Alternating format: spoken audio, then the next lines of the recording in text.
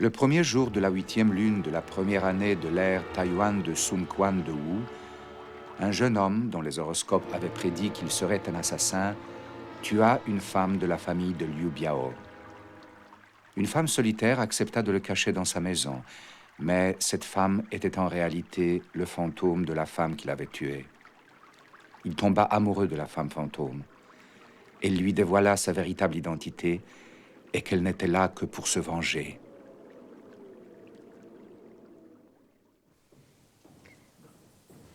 Il donnait l'impression de jamais être là. Pourtant, il n'était pas distrait,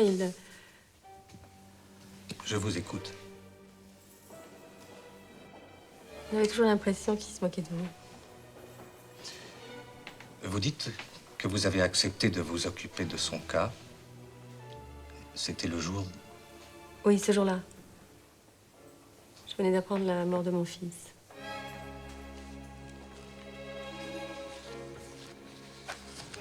Il était parti en vacances à moto.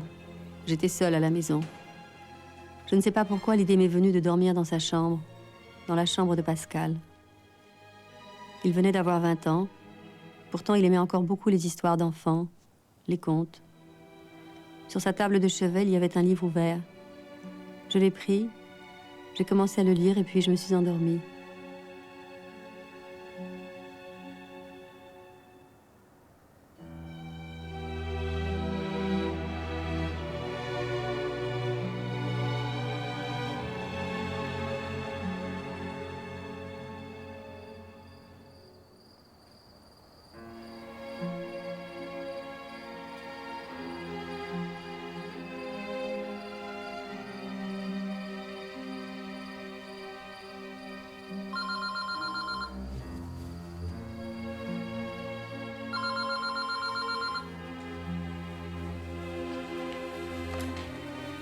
Allô, oui? Qui est de l'appareil?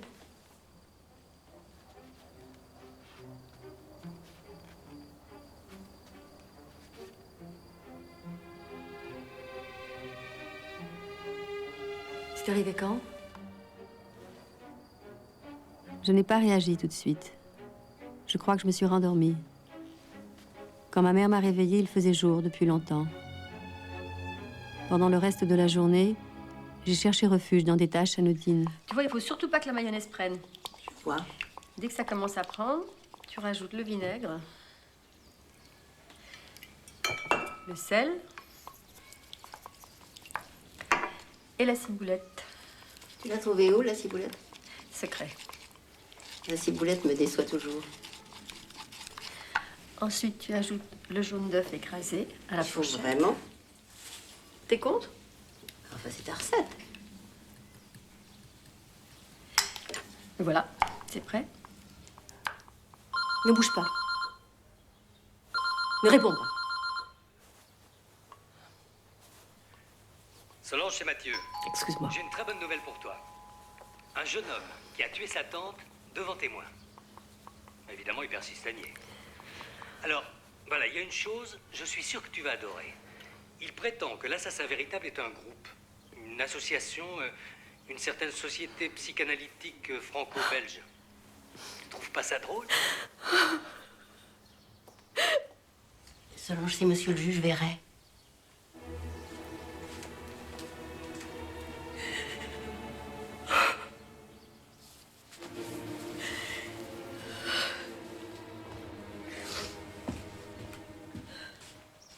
Bonsoir Solange. Courage, il va falloir qu'on y aille.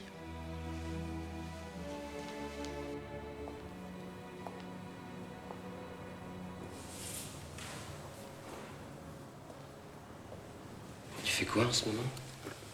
Rien d'important. Mais je crois que Mathieu m'a trouvé quelque chose. Ah, un truc intéressant? J'espère, j'en ai besoin. Oui. Et toi? Moi, je m'occupe toujours des comptes de cette société. Encore? Ouais, c'est pas facile. Ces gens-là sont malins. Tu sais, ma mère est soignée, paraît-il, de cette association, enfin, de cette société. Non. Quoi donc? Non, je disais, tu sais, ta société de psychanalyse. Monsieur Verret s'en occupe.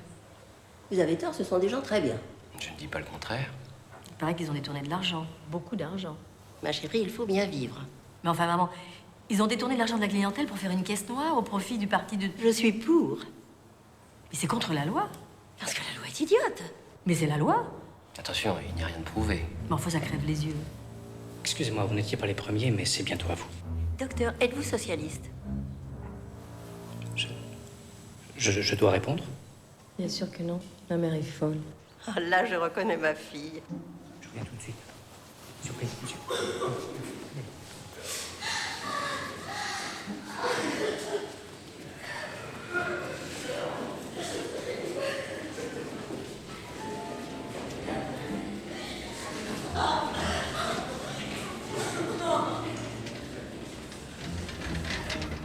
Tu sais pourquoi je souris? Non, je sais pas. Je pense à ta vinaigrette. Qu'est-ce qu'elle a, ma vinaigrette? Rien, elle est très réussie. Oui, bien sûr. C'est drôle quand même, tu pars pour faire une mayonnaise. Non, je t'en prie pas ici. Mais c'est pas méchant ce que je vais dire. Vous savez, elle a jamais été capable de faire une mayonnaise, ça n'a jamais pris. Arrête, maman. Une mayonnaise ratée, détournée en vinaigrette. C'est bien, non? Vous ne trouvez pas? Je ne sais pas, je trouve ça bien, de se servir de ses propres incapacités pour réussir quelque chose de nouveau, d'inventif. Enfin, je me comprends. Je me tais. Excusez-moi si vous voulez bien me suivre. Venez. Madame n'a pas besoin de venir. Je veux le voir.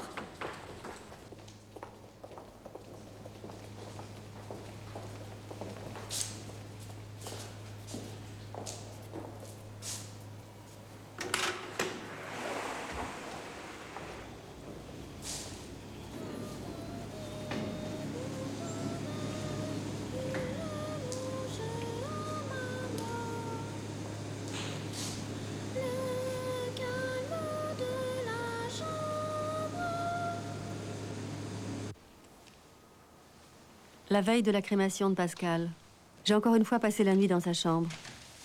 J'ai découvert le livre qu'il lisait juste avant son départ. Il avait marqué la page 97. Un jour, un jeune homme dont les horoscopes avaient prédit qu'il serait un assassin tua une femme de la famille de Liu Biao. J'ai continué à lire jusqu'à l'aube.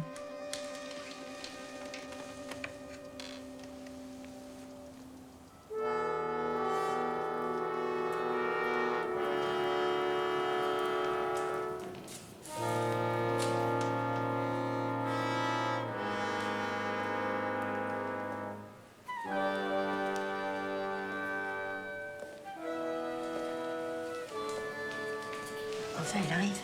Quoi? Ton ex, le père de ton fils, je veux dire. Bonjour Solange, j'ai eu un mal arrivé. Bonjour Louise. Bonjour jeune homme, toujours une mine splendide. Oh, je voyage beaucoup en ce moment. Travail avance? Ça va. Mathieu, Bob Christine, le père de Pascal. Mathieu est le directeur du cabinet juridique. Enfin, mon patron. Enchanté. Bob écrit des livres pour enfants. Le livre de Pascal, c'est lui. Prix du meilleur livre pour enfants. C'était où, au juste? Grenoble. C'était pas Angoulême? Il est célèbre. Pas autant que Solange. Il va falloir que j'y aille là. Je ne veux pas te harceler, mais il faut que tu me donnes une réponse. Pas ici. Le livre de Pascal, quand je pense qu'il est là.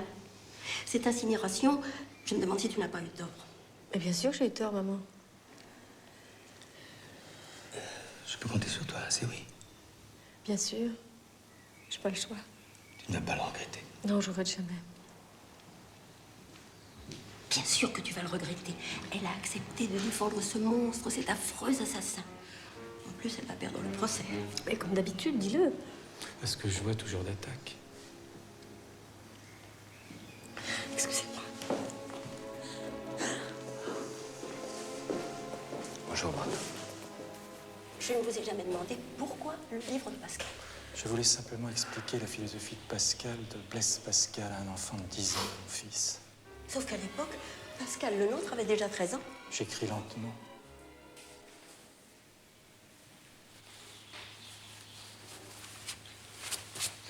Mes condoléances. Vous ne me connaissez pas, je suis un ami de notre regretté Jeanne. Jeanne la folle. La victime de celui que vous avez accepté de défendre. Est-il trop tard pour chercher à vous convaincre de renoncer à défendre ce garçon? Excusez-moi, mais qui êtes-vous?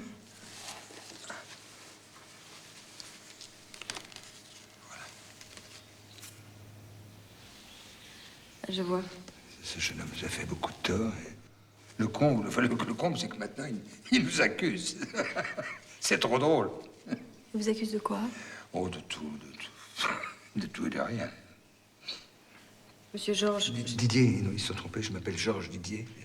Un lapsus, sans doute. Je plaisante. Pas vraiment. Monsieur Didier, vous n'avez rien à craindre. Je ne crains rien, ni personne, mais je constate. Nous sommes entourés d'ennemis. Je perds tous mes procès. Je sais, vous êtes célèbre pour ça. Vous aimez les causes perdues, le grand public aussi. Oui, sans doute. Vous êtes sous les projecteurs, l'analyse, elle, a besoin d'ombre, de silence et de secret.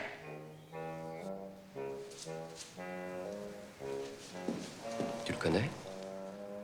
Nous venons de faire connaissance. Bonjour, monsieur Georges. Didier, Georges Didier. Bonjour, monsieur le juge. Alors, cette enquête, ça avance? Ça va. Ah, je vois, cette société, c'est vous? Oui, oui. Vos ennemis sont partout. Vous allez dire, je parle comme un paranoïaque. Non. Mais si.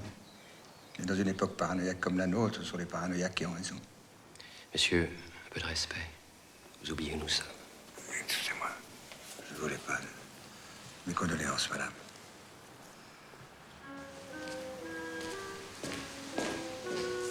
Et d'où il sort, ce fou? Tu risques de le revoir souvent, c'est l'unique témoin à charge.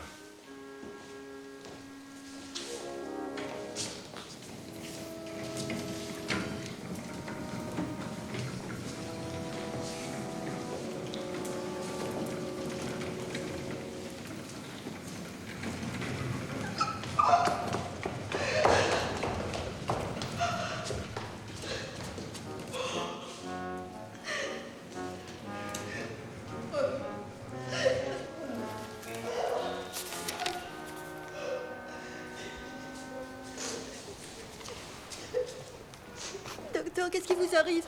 Excusez-moi, je ne vous avais pas reconnu. Ne m'appelez pas docteur. Donc vous vous êtes rendu à la prison de Fleury-Mérogis. Et là, vous avez décidé de rencontrer l'assassin, sans rien connaître de l'affaire, sans même avoir étudié les comptes rendus de presse. Une technique comme une autre? Quelle impression vous a fait René Engel? Rien de frappant, sauf qu'il cherchait... Il cherchait la complicité. Quel genre de complicité? Toutes sortes de complicité. Par exemple, il vous invitait à changer les rôles. Il disait... pendant la demi-heure qui suit, moi je serai toi et toi tu seras moi. Exemple. La semaine suivante...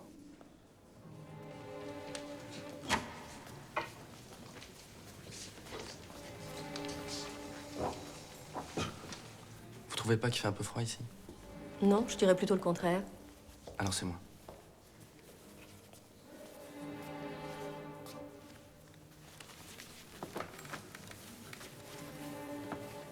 Monsieur Engel, j'ai à vous demander quelque chose d'extrêmement pénible. Bien entendu. Je vais vous demander de me raconter avec un maximum de détails tout ce qui s'est passé. Je sais pas si j'en serais capable. Je commence par où? Eh bien, par exemple, vous me direz, je suis rentrée par la porte ou par la fenêtre, je me suis introduite dans le salon, j'ai fouillé, elle m'a surpris. J'ai fait tout ça. Monsieur Engel, je suis là pour vous défendre. Mais bien entendu. Enfin, si vous voulez rien me dire. Madame, Vous pouvez m'appeler Solange. je peux vous dire une chose, je me rappelle de rien. Je vous crois pas. De toute façon, c'est pas moi qui l'ai tué. Non, bien sûr. C'est la société de psychanalyse franco-belge. Vous pouvez rien. Excusez-moi. Sinon, je vous me plaisais, vous m'appelez quelqu'un que j'aimais beaucoup. Votre tante? Oui, elle était comme vous. Elle aimait tellement ça. Toujours avoir une longueur d'avance sur les autres. Parle-moi d'elle. Elle aimait jouer Jouer? à un jeu. Avec vous? Elle disait, maintenant tu seras moi, et moi je serai toi. Vous jouiez assez souvent? Oui, à la fin, oui. Ça vous dit? Quoi? Assez facile. Mais pourquoi faire? Vous voulez me défendre. Cherchez ce qu'on appelle les circonstances atténuantes. Alors quoi de plus facile que de vous mettre à ma place? Craignez rien, c'est drôle, c'est très drôle. Et si vous vous trompez, je ferai bip. Et vous aussi, si je me trompe à votre sujet. Bon, allons-y. C'est moi qui commence. Je suis vous. Monsieur Engel, quand avez-vous eu l'idée de tuer votre tante pour la première fois? Jamais. Je vous crois pas. C'est votre droit. C'est mon droit de pas perdre mon temps.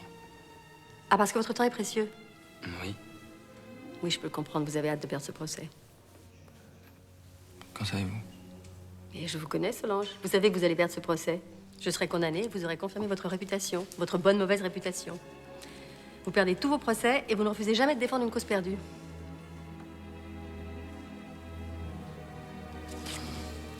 Qu'est-ce qui vous arrive, Solange? J'en étais allé trop loin? Oui, vous êtes très fort. On va en rester là pour aujourd'hui. Désolé. Vous dites qu'après ce rendez-vous, vous avez décidé de lire le journal de Madame Higgins et de visionner les cassettes. Pourquoi pas avant? Je ne sais pas. Mettons qu'il a réussi à m'intéresser au cas pour de vrai. C'est-à-dire? C'était au-delà d'un intérêt purement professionnel. Il a réussi à me faire rentrer dans sa peau, j'étais lui. J'ai commencé à penser comme Pascal, à voir comme Pascal. Pascal? Vous voulez dire René?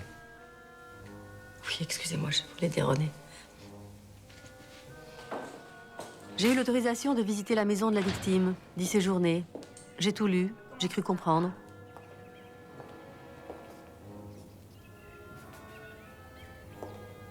Je peux visiter la chambre de René? La chambre du monstre. Bien sûr. Mais il n'y a rien à voir. Comment ça? Monsieur Didier a tout fait vider. Il veut faire un musée consacré à Mademoiselle. Un musée? C'est déjà un lieu de pèlerinage. C'est vrai? La preuve. Vous êtes là. Mais moi, c'est à cause de mon travail. Hier, il y a eu 3 visiteurs. Demain, il y en aura d'autres. À la fin de la semaine, nous attendons un quart de Belgique. Elle était très célèbre. Voilà la chambre du monstre. Vous dites le monstre, mais vous n'avez pas l'air d'y croire, vraiment. Les choses sont toujours plus complexes que ce qu'on croit. C'est sûr. Pourquoi l'avoir vidé? Ce n'est pas moi qui ai eu l'idée. Oui, je m'en doute. Et puis les gens sont malsains. Je ne dis pas ça méchamment, mais tous les visiteurs sont comme vous. Ils veulent d'abord voir la chambre du monstre. Vous avez l'air choqué, mais tout le monde l'appelait comme ça. Même lui, il s'appelait comme ça. Quand il est arrivé ici, il avait 9 ans. Il a ôté son chapeau. Et il a dit, le monstre est arrivé. Le petit monstre. Tiens, j'avais jamais pensé à ça. À 9 ans, il était tout petit. Il avait peur de ne jamais grandir.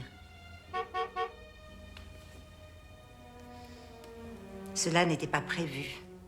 Excusez-moi. Il fallait prévenir.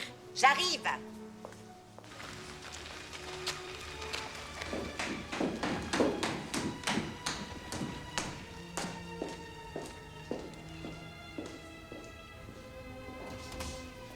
Bonjour, monsieur.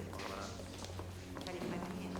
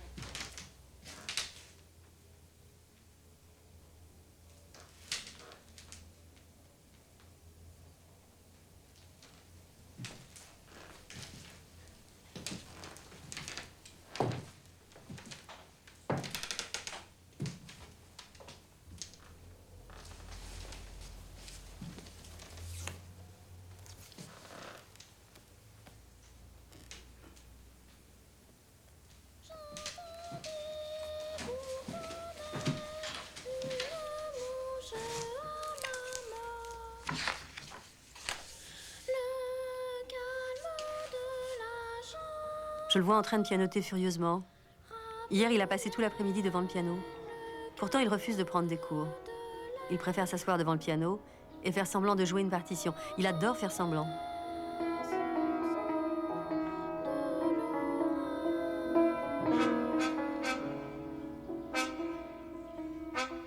6 janvier. Il me réveille la nuit pour me raconter ses rêves. Il rêve souvent de mon rouge à lèvres. Aujourd'hui, il m'a dit « Ton rouge à lèvres me tue ». Il dit ça à propos de n'importe quoi. Ceci me tue, cela me tue. On reviendra sur le rapport du rouge à lèvres et du pénis. 21 janvier. Il me réveille la nuit en me disant « Tu n'as pas le droit de dormir quand je suis réveillée ». Il dit qu'il rêve souvent d'une idole en bois que son père a amenée d'un de ses voyages en Asie, peu avant sa mort.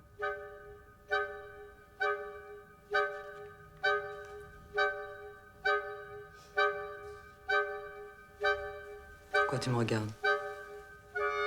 C'est un masturbateur précoce. Il est littéralement fasciné par les couteaux. Il ne tranche pas le pain, il le transperce. Il le fait visiblement avec jouissance. J'ai relu aujourd'hui une conférence de Von Hugh. Je cite « Un tempérament criminel ne peut se corriger après l'âge de 5 ans. » Est-ce qu'on peut dire que René possède un tempérament criminel? À mon avis, la réponse est oui. Il se fait tard. Mais si vous voulez, vous pouvez rester. Il y a une chambre d'hôte toujours prête. Merci, c'est gentil. C'est oui ou c'est non? C'est oui. Oh, voilà une surprise. Pourquoi? Rien. Si vous voulez, il y a quelque chose à manger dans la cuisine. Non, merci, j'ai pas faim. Au cas où.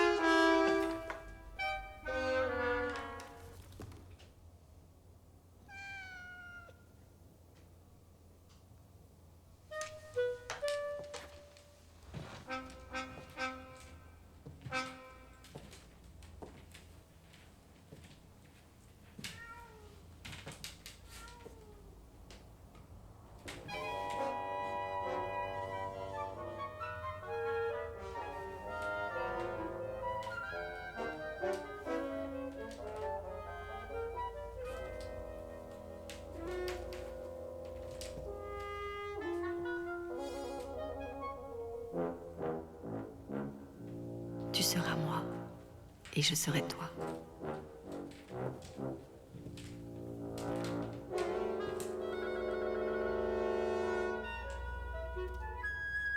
Certains renards gascons, d'autres disent normands, mourant presque de faim vit au haut d'une treille, des raisins mûrs apparemment, et des culs de femmes vermeilles. Le salaud se mit à bander, mais comme il ne pouvait... Il est arrivé hier, seul, sans autre bagage que son chapeau qu'il refuse d'enlever. Il dort avec. Tout nu, mais avec le chapeau. Monstre. Il adore choquer.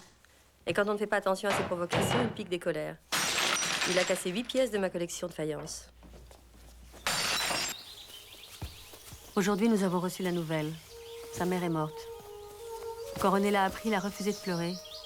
Il est parti se cacher dans le jardin, il y a passé toute la nuit. Désormais, il habitera à la maison. J'aurai donc tout loisir d'étudier son comportement. Je pourrai suivre pas à pas son évolution, sa descente aux enfers. Mais il est trop tôt pour en parler. Il faut surtout qu'il reste complètement innocent. Il faut qu'il ignore ce qu'il attend.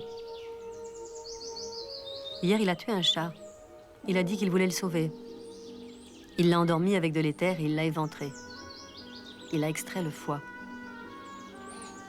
René! René! Et où es-tu? Quel monstre! Cela fait 7 ans aujourd'hui que René est arrivé dans cette maison. Il se comporte apparemment comme un garçon de son âge, mais en profondeur, rien n'est changé. Aujourd'hui, pendant qu'on prenait le petit déjeuner ensemble, il a recommencé ces mots d'esprit douteux qu'il affectionne tant. J'aime surtout le pain et c'est délicieux. Surtout avec la confiture de mort. Tueuse. Ça vous fait rire? Non. Bien sûr. En fait, ce qui me surprend, c'est que c'est la première fois que je te vois toucher à la confiture de mur. C'est C'est parce que je l'avais pas vu avant. Tu as dit confiture de mort. Oui, c'est vrai, c'est comme ça que dit un copain de classe. Ah oui? Qui ça? Il s'appelle Salar. Salzar. Quelque chose comme ça. C'est un espagnol, je crois. Il dit toujours la confiture de mort aux morts.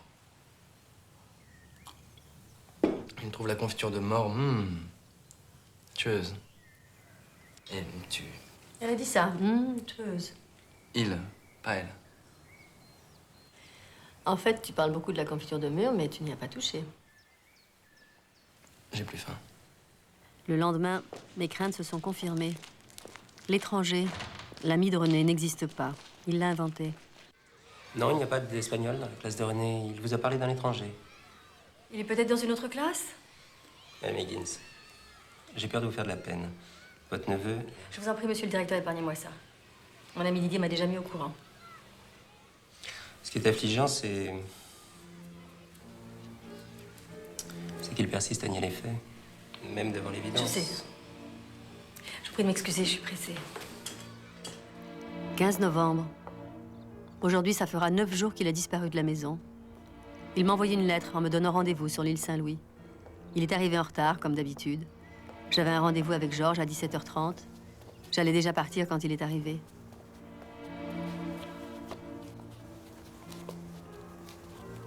Où étais-tu? J'ai besoin d'argent. Mon Dieu. Évidemment, t'as pas d'argent sur toi. Bon, adieu. René, Ouais? à quelle heure tu comptes rentrer ce soir? Tard. On parlera ce soir. C'est vrai, tu pourras me dépanner? Non, je ne pourrai jamais te dépanner. Mais je te demande pas beaucoup, 2000. Mais oui, mais 2000 plus 3000. Bah, c'est pas de ma faute, ça va vite. Oui, c'est quoi encore cette fois? C'est ta copine? Non, c'est pas elle. Bon, alors c'est quoi? C'est une autre? Non, c'est un autre, un copain. Je te raconterai. Bah, l'espagnol, tu te rappelles, hein? On en parlera ce soir.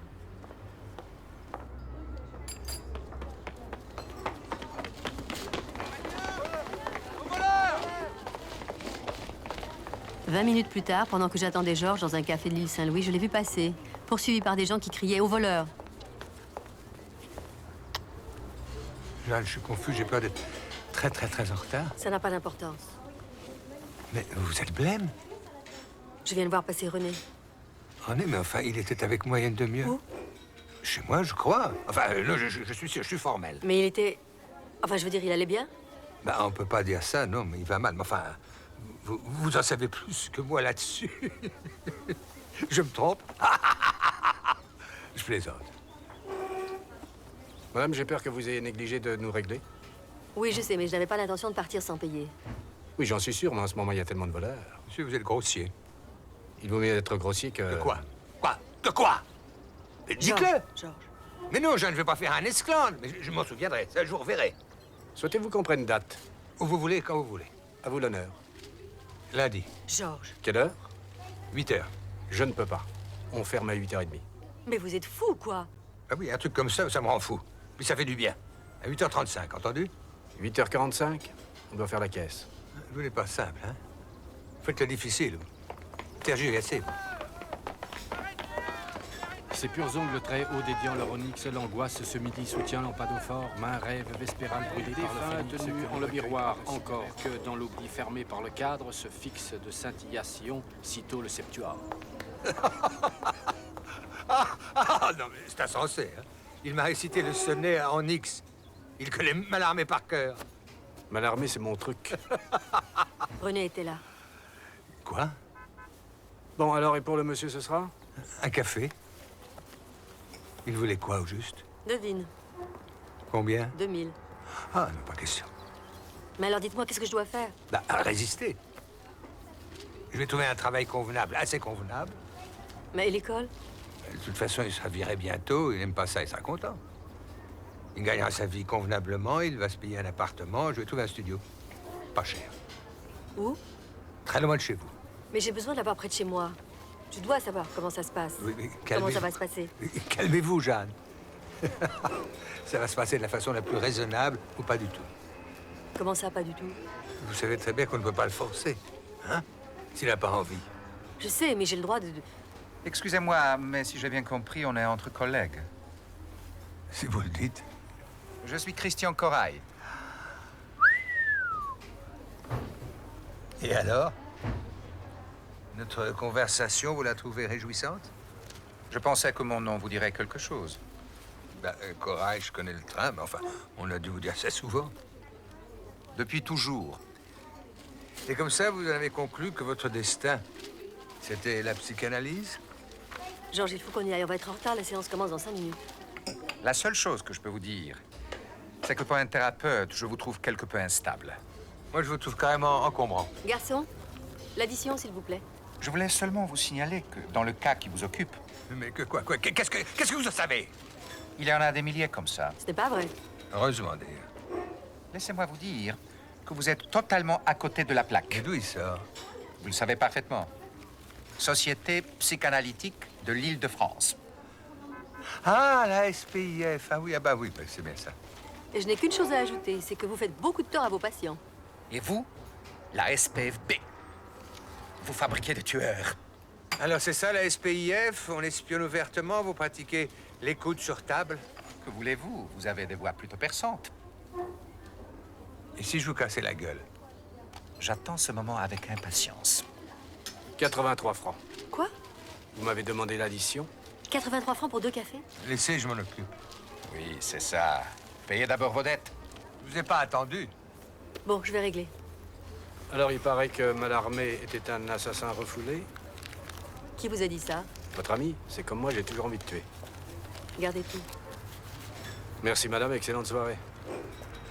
Bon, Georges, on s'en va. Monsieur, on se reverra. Tout le plaisir sera pour moi. Je vous emmerde. Je vous emmerde triplement. Le fétichisme du chiffre 3. Pauvre con.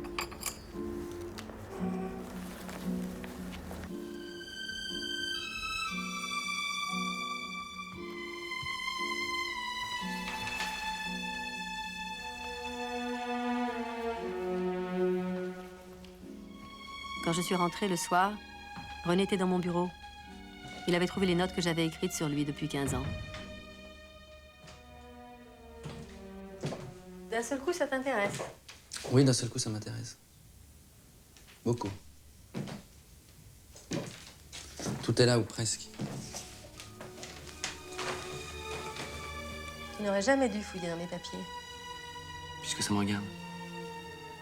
Tu n'es pas supposé être au courant. D'ailleurs, ça pourrait te faire du tort. Alors, il paraît que je suis foutu? Personne ne dit ça. C'est plus compliqué que ça. Nous sommes d'avis qu'un être humain est achevé à l'âge de 5 ans ou plus tard et qu'ensuite on ne peut pas faire grand-chose. C'est vrai, ça? Oui, c'est vrai. Enfin, je le crois. Non, c'est vrai. Bon. À demain. Moi, je vais rester là à lire mon destin. Oh, ce que tu fais est bête quand tu t'y mets. Tu fais semblant, René. Ne joue pas avec moi. Un peu de silence, s'il vous plaît. On travaille.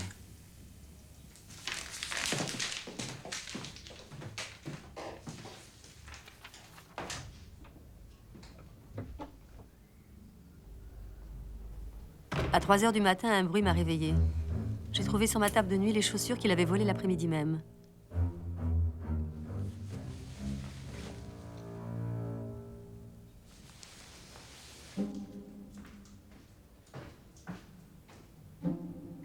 Je suis montée dans sa chambre.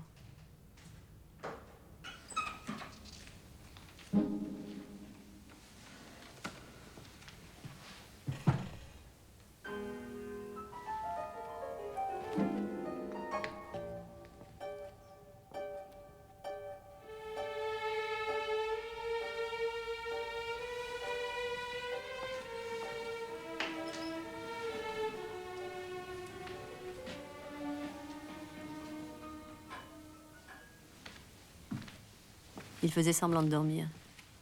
Je n'ai pas voulu faire semblant de le réveiller. Je ne veux pas entrer dans son jeu. Il faut qu'il entre dans le mien.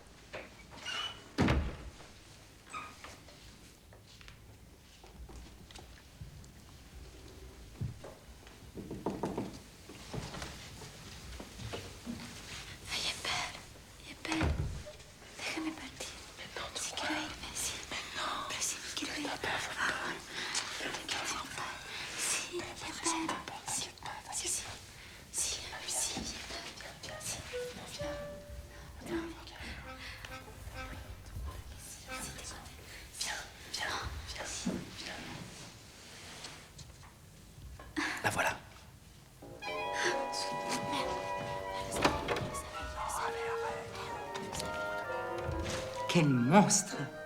Voilà. Allez, viens. Si. Écoute, fais comme je te dis. Si, comme ça.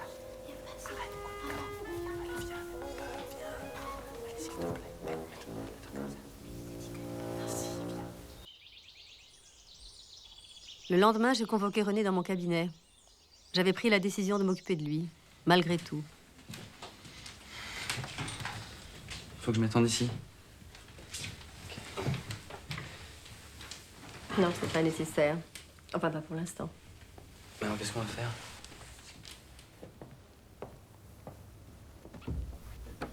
Je vais te proposer un jeu. Tu seras moi et je serai toi. Assieds-toi là-bas. On va causer. Là? Oui, là.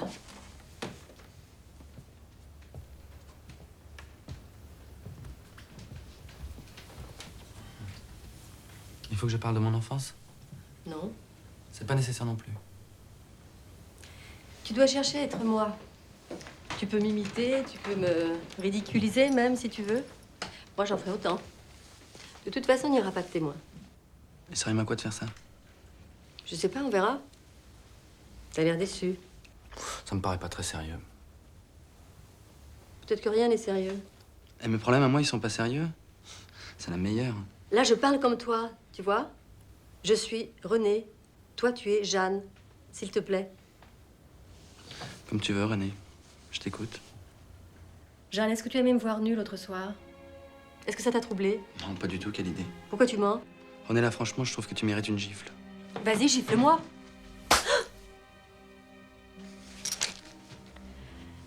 Sans doute, je l'ai mérité. Maintenant, René, je veux savoir une chose. Pourquoi t'as peur de voler? Moi, peur de voler? Tu plaisantes? Non, je plaisante pas. Regarde ce que j'ai découvert. Mais pourquoi avoir cherché à cacher tout ça ici au lieu d'aller le vendre? Regarde ce que j'ai découvert. Les colliers. Là, les bracelets. T'es fou, René. Regarde. L'argent. T'es fou. Tout ce qu'il avait volé ces dernières années était dans la maison. J'étais soulagée, exultante, heureuse. Un simple jeu avait donné en quelques minutes plus de résultats que plusieurs années de cure selon les règles. D'un coup, je voyais un autre René, différent, plus complexe. Hélas, j'allais bientôt constater à quel point cette complexité était dangereuse et à quel point le jeu que je venais d'inventer pouvait avoir des conséquences néfastes. Yves Leclerc. 2 semaines après cette première séance, René arriva sans prévenir, accompagné d'un inconnu. Il a les mêmes problèmes que moi, peut-être plus. J'ai envoyé chez Georges, mais évidemment, un nul pareil, ça n'a rien donné. Alors je lui ai dit que peut-être tu pourrais l'aider. Ce serait cool. Et c'est gentil de me trouver des clients comme ça. Vous voulez qu'on prenne rendez-vous? Ah ouais, ce serait top. Attends, laisse-moi parler. En fait, non, on voudrait commencer tout de suite. Ouais, classe. Ah non, ça c'est pas possible. Aujourd'hui, c'est toi. Jeanne ne soit pas coincée comme Georges. Il veut savoir comment ça se passe. Mais c'est impossible. Dans ce genre de traitement, il faut pas de témoin. Je te l'avais dit. Tu me parles de traitement, tu m'as dit que c'était un jeu. Oui, c'est un jeu. Mais c'est pas un jeu. René, c'est pas bien ce que tu fais. René, arrête. René, tu mérites une gifle. Là, t'es pas cool. Allez, ça suffit. Foutez-moi le camp, tous les deux, fous-moi le camp. Je crois que c'est à ce moment que j'ai commencé à envisager un nouveau type de traitement pour René. J'en ai parlé lors de la réunion hebdomadaire de la société et curieusement, ils n'ont pas eu une réaction négative. La réunion a duré tard. Quand je suis rentrée, une surprise désagréable m'attendait.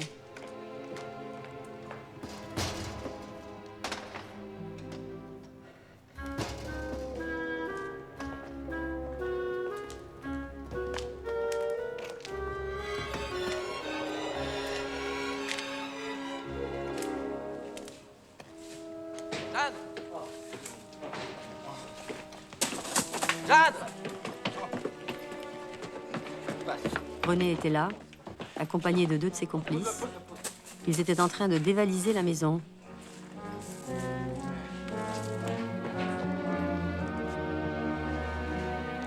René, serais-tu assez aimable pour remettre tout ça où tu l'as trouvé? C'est impensable. Tu vois bien que je suis pas seul. Tu peux pas vouloir me faire perdre la face devant mes amis. Fais ce que je te demande. Tu ne peux même pas vouloir me mettre dans l'obligation d'appeler la police. Après tout ce qu'on a vécu ensemble, je comprends rien. Je comprendrai jamais. Tu as bu? Je vous sers, madame. Rassurez-vous, ça ne vient pas de chez vous. Il est quand même très bon. Madame, si je peux me permettre, René nous a menti, il nous a dit que vous ne seriez pas là, qu'on pouvait débarrasser vos vieux meubles, que vous étiez d'accord et même que ça vous arrangeait. C'est pas vrai, j'ai jamais dit ça. J'ai jamais dit qu'elle était d'accord. Quand tu l'as dit, j'ai un témoin. C'est vrai ce qu'il dit. On est désolé, madame. Vous me rendez ridicule. Cherche pas à te rendre ridicule, René, mais là, franchement, qu'est-ce que madame va penser de nous? On est des cambrioleurs? Non. Rassurez-vous, on n'est pas des cambrioleurs. Non. Vous êtes quoi, des chiffonniers d'Emmaüs? Vous êtes pas loin, on aime rendre service, c'est pas vrai? Il dit la vérité. Rassurez-vous, madame. René nous a dit que vous aviez envie de changer vos vieux meubles, mais qu'il fallait le faire de nuit. Bon, ça nous a surpris. Il a dit elle aime ça. Il a particulièrement insisté sur ce point. Je vous sais? Non, merci. Non, mais rassurez-vous, on a une autre bouteille. Non, merci. Bon, puisque c'est comme ça, je veux bien vous croire, mais je vous demanderai de tout remettre en place.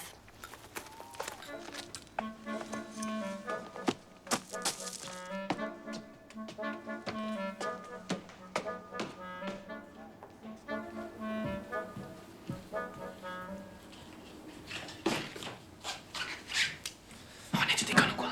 Jeanne, tu n'es pas complètement réveillée. Réveille-toi. Va dormir, René. Non, Jeanne, j'ai peur. Tu n'as pas le droit de dormir quand je suis réveillée. Pas question, je partirai pas sur mon dieu. Tu sais, elle m'a tout volé. Elle? Tu dérapes, Jeanne. C'est quoi cette galère? René! On n'a pas le droit de faire des trucs pareils. Ah! Viens là!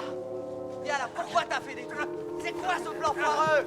Putain, t'as pas le droit! On cambriole ou merde! Viens là!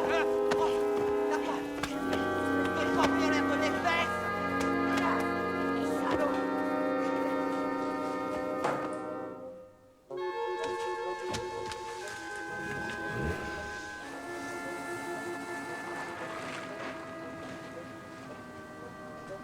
C'est René, depuis un moment, j'ai compris une chose. Une seule. Bah, tu crèves d'envie de me tuer.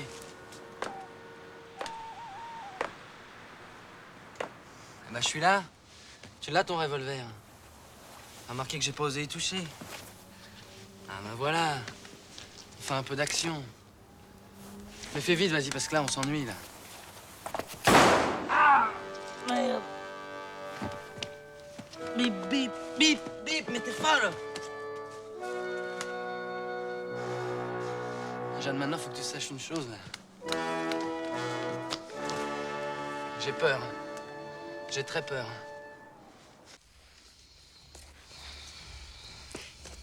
Le journal de Jeanne Higgins s'arrêtait là. 4 mois avant sa mort. J'avais passé plus de 8 heures à le lire.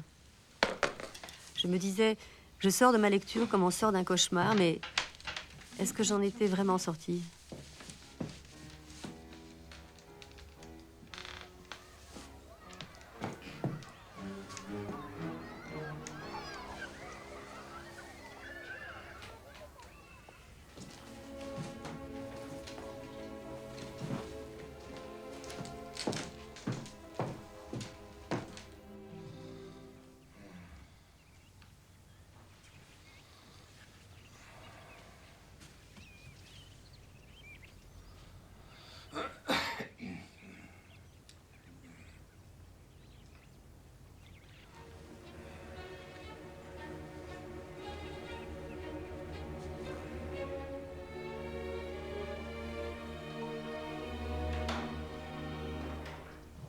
Voilà la chambre de l'assassin.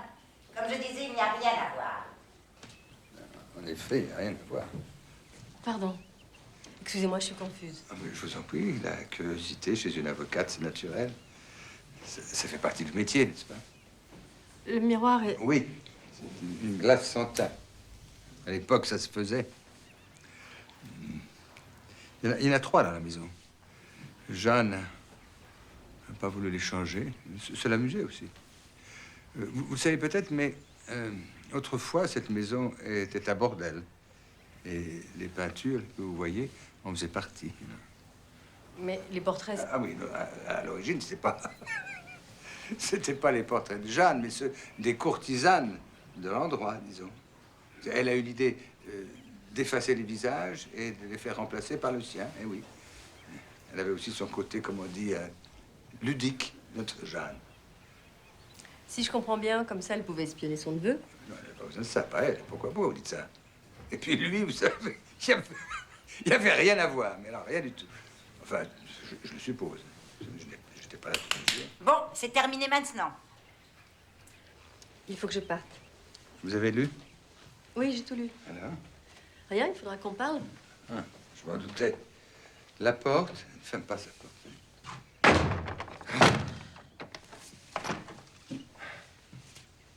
Dehors! D'accord.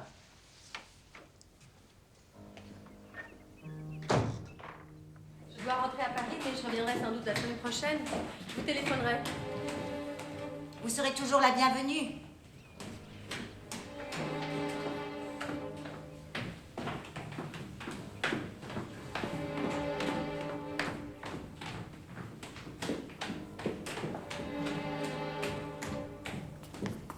Au revoir. Il faut que toute la lumière soit faite dans cette affaire. Il faut qu'on sache. Moi, je ne peux rien dire. Pourquoi? Au revoir.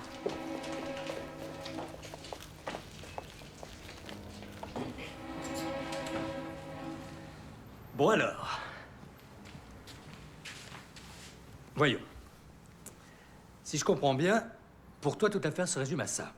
Un jeune homme est poussé au crime par sa victime. Maintenant, j'en suis persuadée. J'en ai la preuve. C'est quand même lui qui l'a tué. Oui, sous influence. Sous son influence à elle. Ce qui veut dire. Suicide. Et tu es persuadé qu'on va te croire. Ah, mais je crois que si on lit le dossier avec attention, on n'a pas besoin d'être un psy professionnel pour y voir clair. Moi, dans cette affaire, je vois un point faible. C'est le témoin. D'abord, il y en a un seul, le témoin.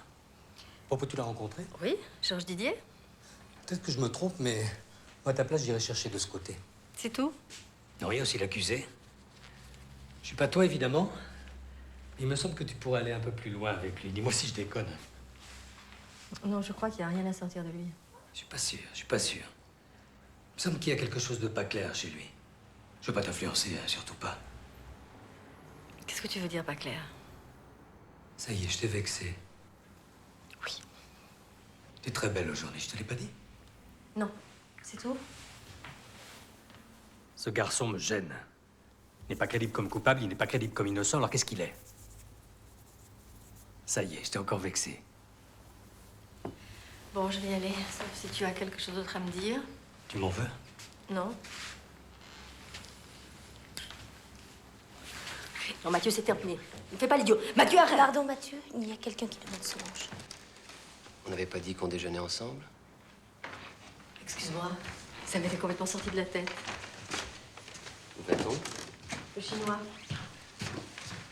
Bien. C'est passionnant, tout ça. Oui, sauf que Mathieu veut plus en entendre parler. Parce que c'est un con. Moi, je dis que c'est trop beau pour être vrai. C'est justement ce que dit Mathieu. En tout cas, pour moi, c'est un vrai cadeau. Apparemment, ils ont fait beaucoup de choses. Ah, comment s'appelle-t-il déjà, le témoin? Georges Didier. Veuillez m'excuser, monsieur le juge. Je ne vous avais pas reconnu. Tiens, Christian Laplace. Vous allez bien? Et vous-même? Comme d'habitude, en quête de solitude. À Paris? Oui, c'est vrai, Paris, ville des rencontres. Vous connaissez mon amie Solange, je suppose? Je ne crois pas. Peut-être que oui. Mais où? C'est elle qui a pris en charge l'affaire du jeune assassin. Il ne faut pas m'en vouloir, vous savez, je vis dans le nuage. Solange s'occupe de l'affaire Higgins-Engel. Ah, bon, je vois. Mais asseyez-vous avec nous un moment? Ah oui, pourquoi pas. On pourrait prendre le café ensemble. Je récupère mon cartable et je suis à vous. C'est qui? Christian Laplace. Il est ethnopsychologue ou quelque chose comme ça. Son nom ne me dit rien. Il signe Christian Corail. Cora Médou, je le connaîtrais. Le syndrome narratif, c'est lui. Le roman partagé. Ça me dit rien. Il faut le lire. C'est l'ennemi attitré de Georges Didier. Voilà. Un café. Un grand café. 2 tiers d'écart et 1 tiers bien caféiné. Merci. Je vous faisais de la pub. C'est très gentil. Et vous faites quoi dans la vie? Mais elle est avocate, je vous l'ai déjà dit. C'est vrai. Cela vous amuse? Pas toujours. Ah, la menteuse. Elle s'arrange toujours pour décrocher les affaires les plus passionnantes sur le marché. En ce moment, elle défend l'assassin de Jeanne Higgins. L'assassin? La victime, vous voulez dire? Pourquoi vous dites ça? Parce que j'ai bien connu Jeanne. Jeanne, la terrible. Merci beaucoup. Elle venait ici souvent avec son neveu. Elle n'était pas facile, la Jeanne. Je l'aimais bien. À la fin, vous savez, elle était sur le point de changer. Elle s'ouvrait un peu aux théories nouvelles. Enfin, pas beaucoup. Elle est restée quand même jusqu'à la fin très fidèle à l'orthodoxie. Excusez-moi, Christian, ces subtilités m'échappent. Je ne suis qu'un juge. Oh, détrompez-vous. Nos métiers se ressemblent beaucoup. Seulement, pour les orthodoxes, comme Jeanne, le sujet est coupable depuis le début de sa mise en examen. Et pour d'autres comme moi, il ne l'est éventuellement qu'à la fin. Derrière chaque science humaine se cache le droit, vous savez. Et derrière le droit se cachent les contes de fées. Oui, c'est ce que vous dites. Personnellement, je trouve votre démarche passionnante. Donnez-moi votre adresse. Je vous enverrai mon dernier bouquin. Notre ami croit que les contes de fées sont dangereux. Je n'ai jamais dit ça. Enfin, je simplifie. Je dis que les contes de fées, et d'une façon générale, les histoires qu'on raconte, agissent sur nous comme les maladies, ou si vous voulez, comme les démons. Vous, par exemple, peut-être que vous êtes en train de réincarner l'un des frères Karamazov, et moi un autre, et que tous les deux ensemble, nous pouvons faire revivre le roman et entraîner avec nous des victimes innocentes qui mourront sans savoir qu'elles ont été assassinées littéralement par une histoire assoiffée de sang.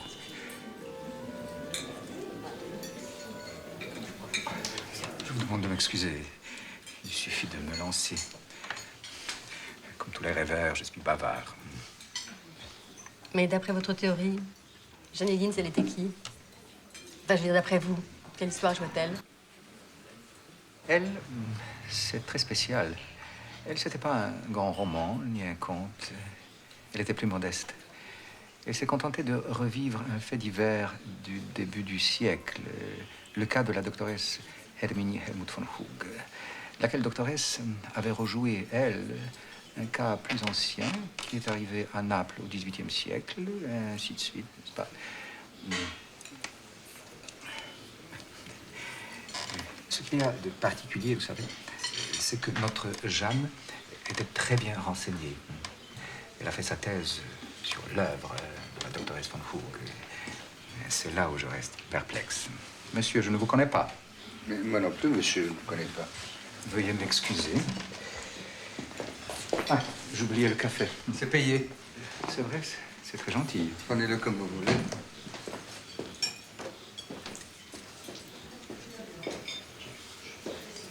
Christian Croix, mais j'y suis. C'est de lui que Jeanne Higgins parlait dans son journal. Finalement, Mathieu avait raison. Il fallait commencer par Georges Didier. J'avais un accès privilégié, ma mère. Je me suis fait inviter à déjeuner. J'ai préféré servir la soupe directement dans le bol. Si ça ne te dérange pas trop. Non, pas du tout. Ici, je n'ai plus d'espace. Tu peux déménager chez moi quand tu voudras. Oui, je sais, je t'en remercie, mais à quoi bon? Combien de temps ça pourrait durer? 3 mois, 6? J'ai failli faire tomber la bonbonnière. J'ai vu. Un peu de vin? Pas beaucoup.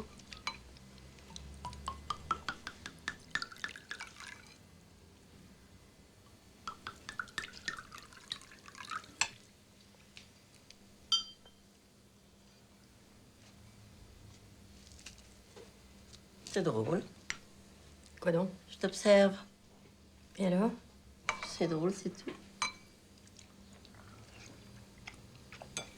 Goûte ce vin, dis-moi comment tu le trouves.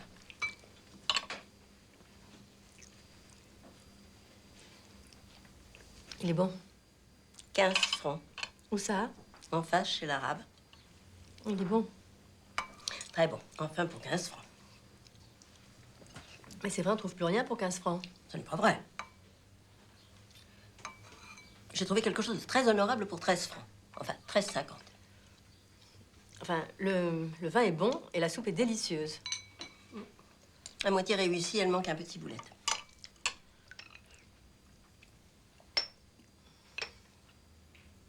Maman, qu'est-ce qui se passe? J'observe tes mains. Oui, j'avais remarqué. Ça faisait longtemps que je ne faisais plus comme ça. Tu sais, le garçon que je défends. Qui? Le monstre? Oui. Eh ben, il a le même tic que moi. Il n'arrête pas d'hésiter entre un objet et un autre. Un peu de soupe? Non, merci, elle est très bonne. Je sais.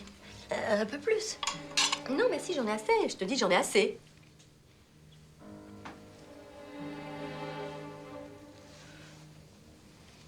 Tu en as assez.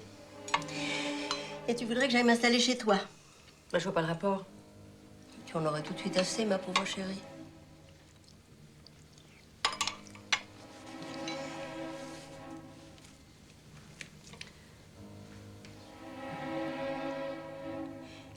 Tu te rappelles quand tu as commencé à faire ça? Mais j'ai fait ça depuis toujours.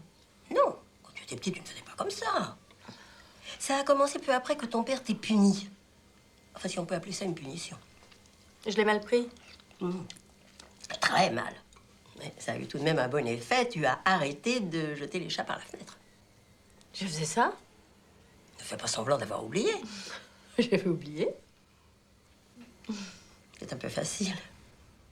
Comment va ton analyse? Bien. Ça se passe très bien. Et tu dis que j'ai balancé un chat par la fenêtre. Un chat, dit-elle? Plusieurs. Ah bon? Ça m'amusait? Tout le monde pensait que tu finirais dans la peau d'une meurtrière. Tu vois, on se trompait. Oh, peut-être que j'en suis une, en puissance. Ça m'étonnerait. Tu m'aurais déjà tué. C'est vrai. C'est quoi le fromage? Ah, c'est une surprise.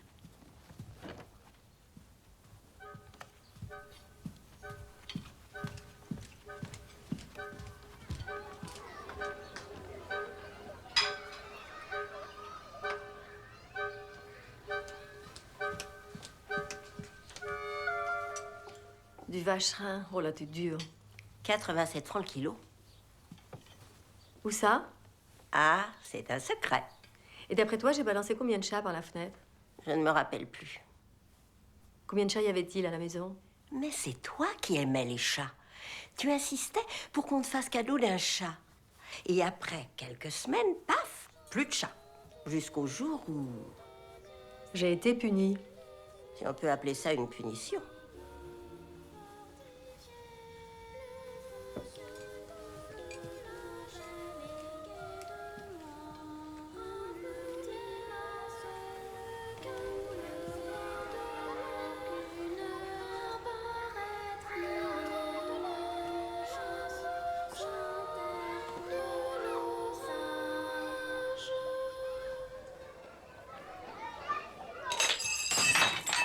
Je le savais. Je suis vraiment désolée. Je la vois devant moi, et comme si c'était la chose la plus naturelle du monde, je la découpe. Je me répète, ce n'est qu'une poule, il va falloir la faire bouillir longtemps. À ce moment-là, elle ou son double arrive, et elle me dit « Excuse-moi maman, je suis un peu en retard. Qu'est-ce que tu m'as fait pour le dîner ?» Elle dit qu'est-ce que tu m'as fait? Oui, c'est ça. Continuez. Alors, elle se précipite sur son corps, que j'ai à peine découpé, et elle se met à l'avaler tout cru. C'est affreux. Ça vous fait peur? Plus que peur, docteur. Ne m'appelez pas docteur. Et le rêve se termine comme ça? Non, pas du tout. Ça me donne la chair de poule. Moi aussi. Je regarde mes bras et je vois pousser des poils de chat. À ce moment, elle commence à me poursuivre en criant « La poule qui poursuit la renarde, c'est le monde à l'envers. » Ça vous vexe? Mais évidemment. Alors je lui réponds « Je ne suis pas une renarde, je suis un chat. » Et c'est là qu'elle vous balance par la fenêtre.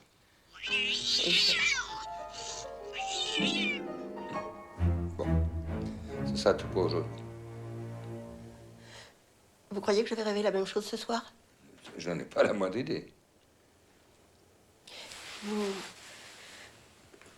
ne croyez pas que ce rêve est en quelque sorte prémonitoire? Quelle idée? Ça n'existe pas. D'après ce que vous dites dans vos conférences. Les choses ne sont pas si simples. On dit toujours ça. N'empêche que le monstre que défend ma fille a tué sa tante après avoir profité de sa maison et de son argent pendant plus de 10 ans. C'est vrai. Ma fille, c'est pareil? C'est pas pareil. C'est pareil. Bon, à lundi. Docteur. Ne m'appelez pas docteur. Georges. Je vous ai dit qu'à 2 pas de chez vous, il y a un psychanalyste qui accepte de me traiter pour un prix bien plus raisonnable que vous. Ben, n'hésitez pas. Et en plus, il croit aux rêves prémonitoires. Ma chère madame, si ça vous fait plaisir de vous plonger dans les délires masturbatoires, ne vous gênez pas. Vous croyez qu'il se masturbe? Je ne sais pas de qui vous parlez. Mais vous le connaissez bien. C'est ce qu'il m'a dit. Il paraît que vous vous êtes battu. Enfin, il vous a battu. C'est pas vrai. Bon.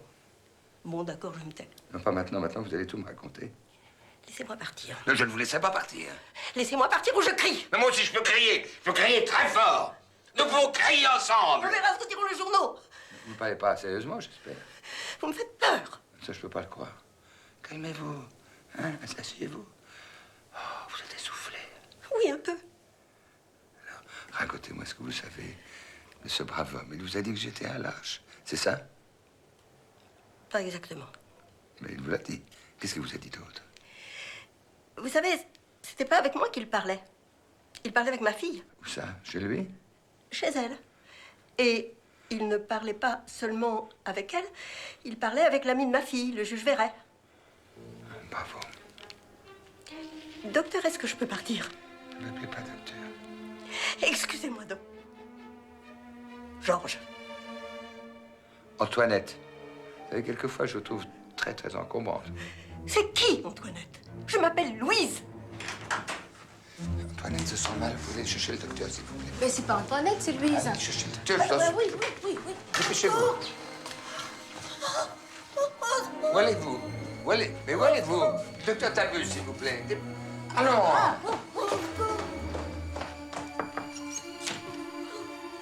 Alors? Oui, on arrive.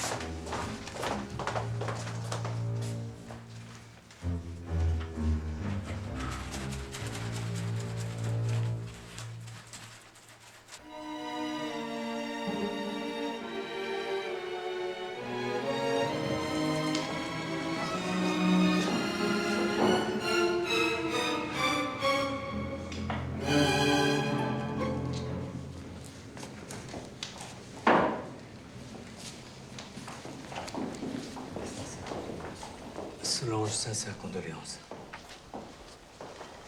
Merci d'être venu. Je suis désolé de te déranger dans un moment pareil, mais il le fallait. Il y a du nouveau dans l'affaire Iggy de Saint-Guel. Un gamin a essayé de se suicider. Quand ça? Ce matin même, il était à l'hôpital.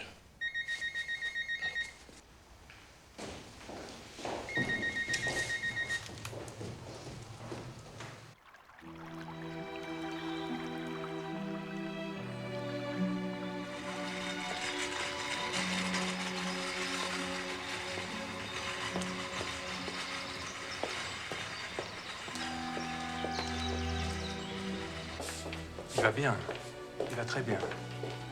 Je préfère rester seul. Je comprends. Je peux lui laisser un petit mot? Oh oui, bien sûr. Vous pouvez écrire ici. Vous trouverez tout ce que vous voulez là-bas.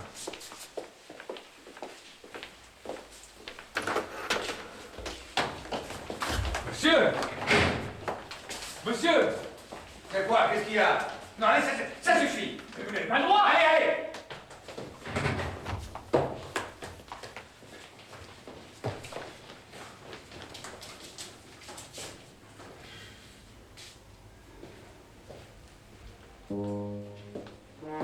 Allez, je sais que tu n'aimes pas, mais maintenant, il va falloir agir avec coordination. Hein? Qu'est-ce que... Quoi? Qu'est-ce que... Mais non, attendez. Mais enfin, attendez. Qu'est-ce qui se... Attendez, enfin, voyons. Oh, là.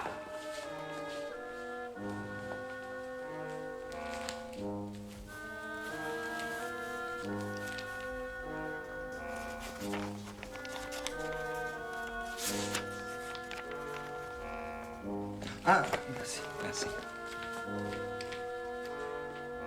Il s'est trompé de chambre et de malade.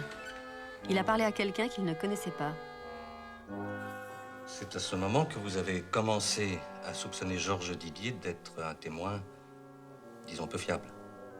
J'en ai tout de suite eu la certitude. Avec Mathieu, on lui a tendu un piège. Ah, Solange, je suis vraiment désolé d'être en retard. Ça n'a pas beaucoup d'importance. Ah, bah si, ça a beaucoup d'importance. Bien. Alors, qu'est-ce que vous voulez de moi au juste? Je voudrais vous poser 2 ou 3 questions. Ben, je vous écoute. Le stratagème consistait à lui donner rendez-vous dans un café qu'il connaissait très bien. D'ailleurs, il n'acceptait jamais un rendez-vous dans un endroit qu'il ne connaissait pas.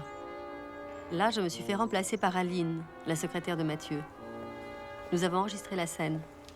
Pendant presque 10 minutes, il est resté là à répondre aux questions d'Aline sans s'apercevoir de l'imposture. Finalement, Aline a dû lui dire quelque chose de déplacé.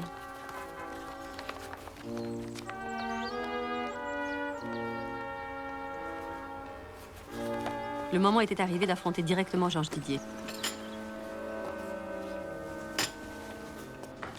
Ne viendra pas. Enfin, de toute façon, il ne peut pas nous échapper, il est sous surveillance. Tiens, mieux vaut tard que jamais.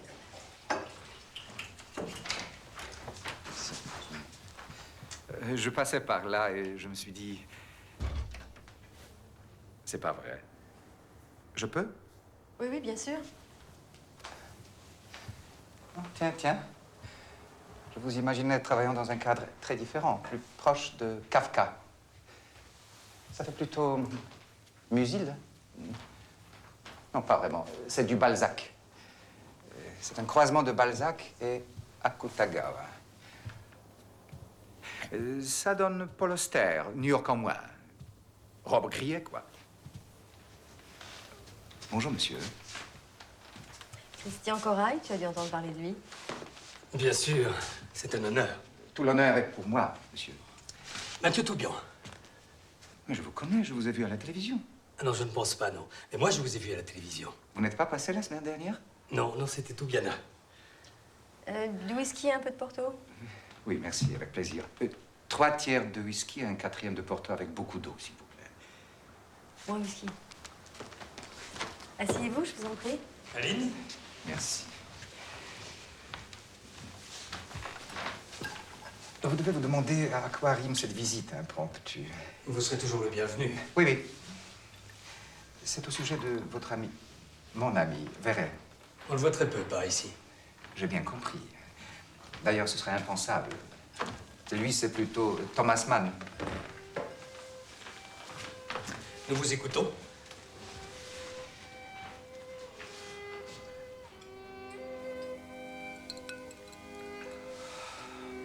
Verret est un homme remarquable. Vous savez, il y a 3 types d'hommes. Ceux qui s'agitent parce qu'ils n'ont pas la moindre idée de ce qu'ils font dans ce bas monde, c'est la majorité. D'autres qui ont trop d'idées sur le monde, trop de projets, trop d'imagination. Et ils méritent notre respect, mais il y a un 3e type, beaucoup plus rare. Le juge Verret en fait partie, et modestement moi aussi. Je vais parler de ceux qui n'ont qu'une seule idée sur ce qu'il en est de ce monde. Une seule. Son idée à lui, la voilà. C'est que la corruption disparaîtra de ce monde, au moins de notre pays, quand on aura trouvé le vrai bouc émissaire qui aura le mérite d'être à la fois coupable et innocent. C'est ce que j'appelle la fonction christique. Ce Christ, il a cru le trouver dans la personne de Georges Didier. Bon, Georges Didier, c'est terminé, c'est un vulgaire irresponsable. Maintenant, il est persuadé que ce Christ, c'est moi. Mais il est devenu fou. Vous ne croyez pas si bien dire. Il est à l'hôpital. Dépression nerveuse. Ce qui vous explique le but de ma visite. Je viens de le voir. Il délire. Il ne faut pas faire attention à ce qu'il dit. Il serait dommage que la presse rende compte de ses propos, parce que dans ce cas, je serais dans l'obligation de me défendre. Et il sait que je peux le faire. Excellent whisky. Excellent Porto. Vous avez reçu mon petit bouquin, j'espère? Oui, merci beaucoup. Est-ce qu'il vous a été utile? Pas encore, mais ça ne saurait tarder, j'en suis sûre. À bientôt. Au revoir. Ah. Où ai-je la tête? J'oubliais le vrai but de ma visite. Georges Didier, vous savez, mon ennemi attitré, m'a supplié de vous faire parvenir cette invitation. Il est passé par vous? Oui, vous savez, nous déjeunons ensemble tous les premiers vendredis de chaque mois. Au revoir. Monsieur?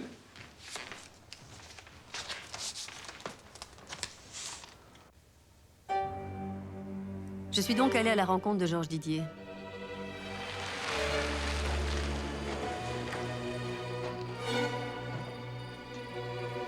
Quand je suis arrivée, il était presque 11 heures.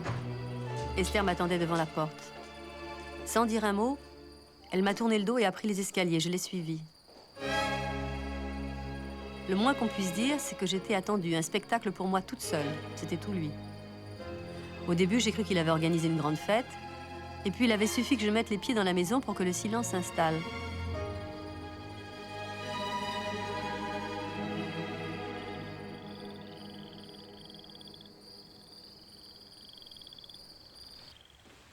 Bonsoir.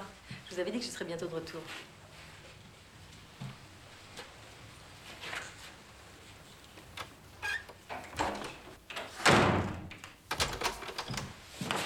Mais Esther, à quoi jouez-vous au juste?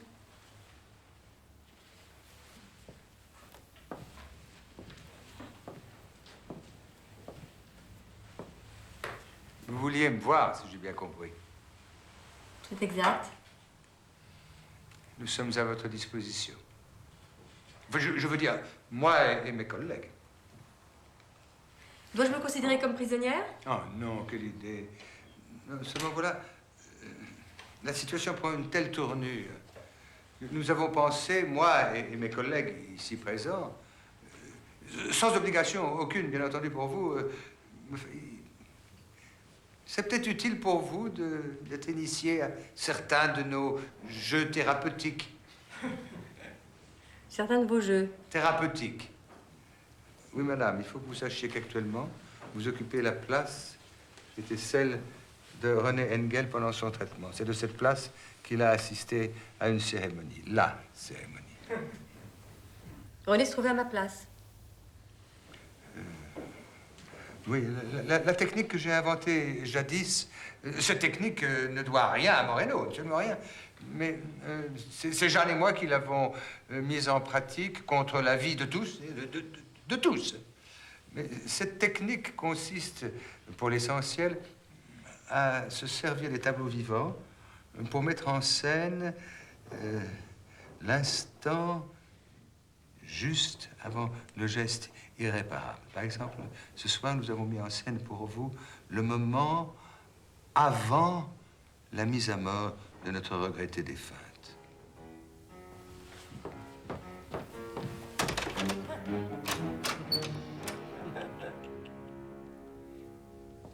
Ma collègue va jouer le rôle de la défunte. Et cette charmante jeune personne jouera la déesse Déméter, Isis, ou que sais-je. Ça n'a pas grande importance. Ça vous intéresse? Beaucoup. Elle représente le destin, traduit la pulsion que nous cherchons à combattre. Et ce collègue sera le double théâtral du malade. Si je comprends bien, vous prétendez avoir voulu déjouer les pulsions criminelles de René en représentant devant lui le crime? L'instant avant le crime, c'est un point très important. Et alors? Ça a raté. Au moment de faire passer René de l'autre côté du miroir, les choses ont mal tourné.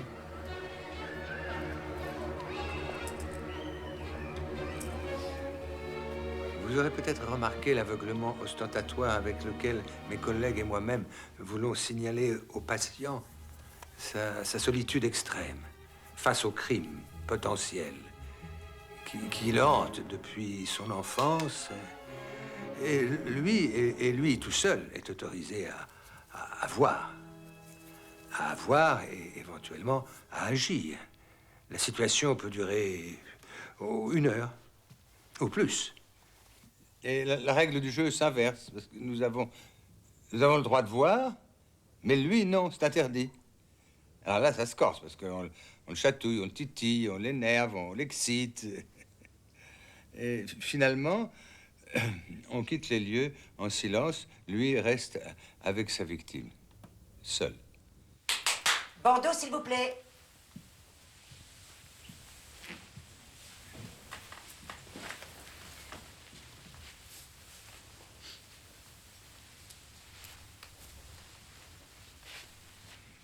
Ce soir-là, il pleuvait. Et après les cérémonies, nous avons l'habitude de prendre un verre au salon, éventuellement d'aller souper en ville. Ce soir-là, nous étions tous au salon.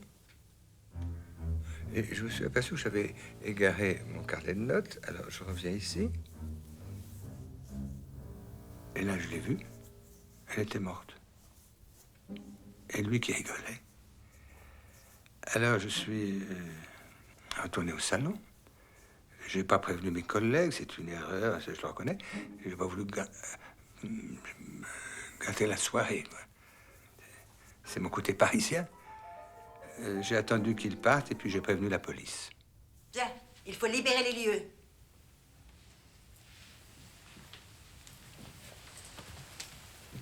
Vite, vite, vite, vite.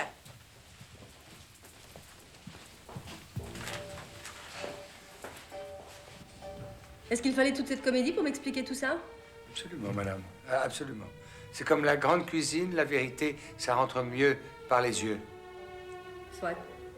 Maintenant, seriez-vous gentil de m'ouvrir la porte? Non. Si, ça suffit.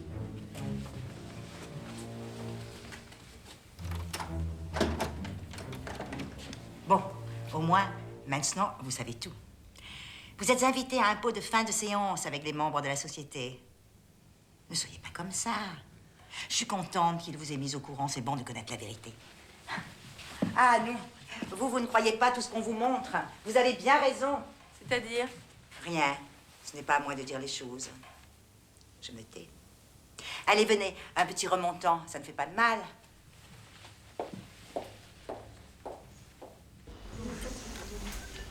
Enfin, c'est une trahison pure et simple. Quelqu'un. Mélanger les techniques, c'est jamais bon. Où sont les toilettes? Je vous accompagne. Non, non, c'est pas la peine. Si, par là, c'est beaucoup mieux. Elles sont plus propres que celles du salon. Oh, pardon. Entrez, entrez, j'ai presque fini. Ça vous a amusé, le spectacle? Oui, c'est le mot. Moi, je trouve ça bouffon. Ridicule. Mais ils font ça avec un sérieux. Ça me tue.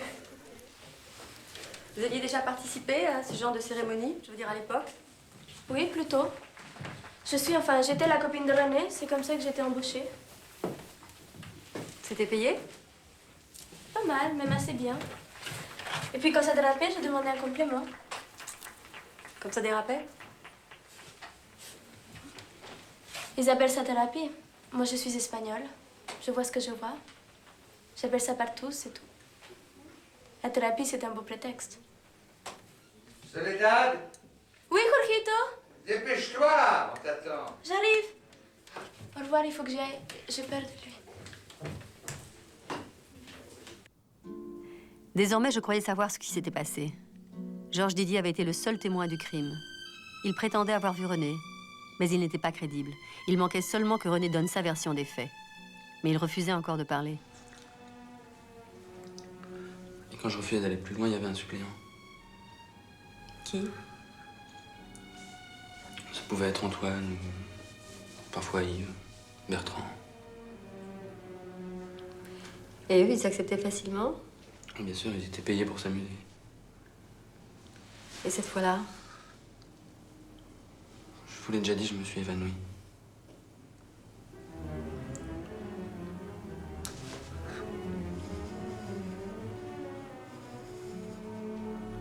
Non, je me rappelle. Ce soir-là, il pleuvait. Il y avait des embouteillages partout. Je suis arrivé en retard. Le petit salon était vide, puis j'ai cru voir quelque chose. Mais à ce moment, quelqu'un m'a assommé. Quand je me suis réveillé, le salon était allumé. Elle était là, morte. Sur le tapis, il y avait un couteau. Machinalement, je l'ai pris, puis peu à peu, j'ai compris la situation.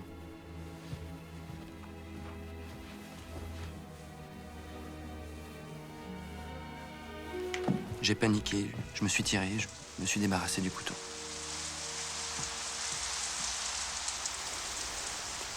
Désormais, j'avais l'élément qui manquait. Le procès s'est déroulé selon nos prévisions.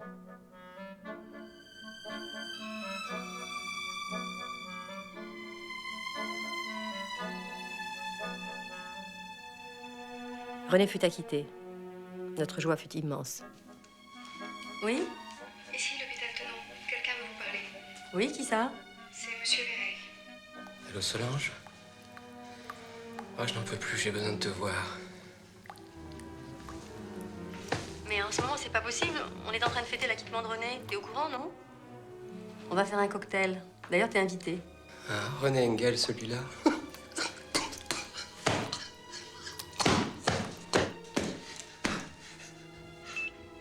Il vaut mieux qu'il se repose.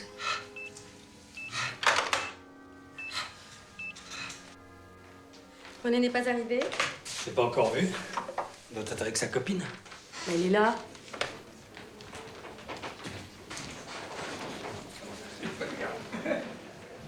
Comment ça va? Bien, je vous remercie. Non, ne bougez pas, Georges. Allez. Oui, là, c'est Georges, vous connaissez. Ah non, c'est pas sûr.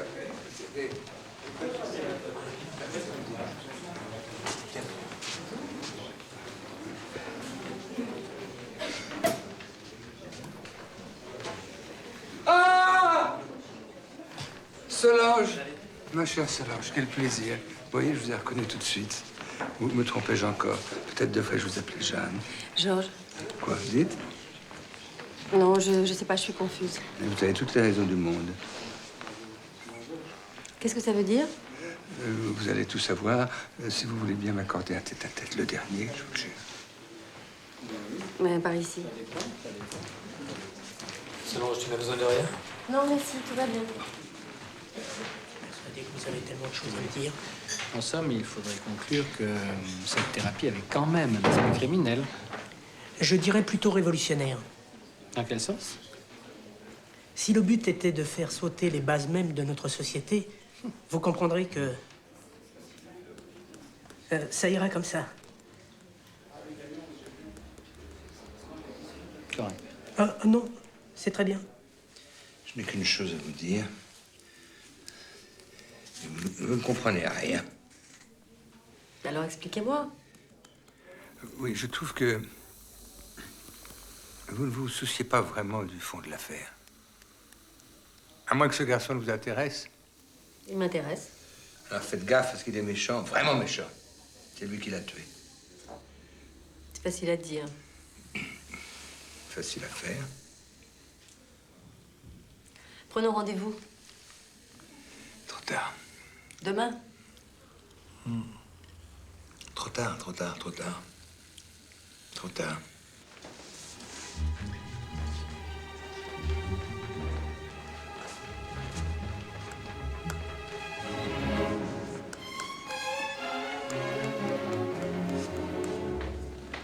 Et vous croyez vraiment que le geste que nous allons accomplir sera compris? Il restera dans l'inconscient.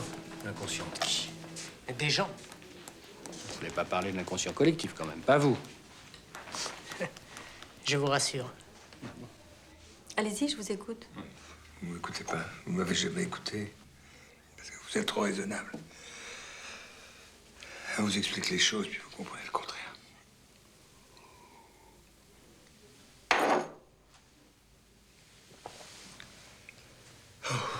Ça ne va pas?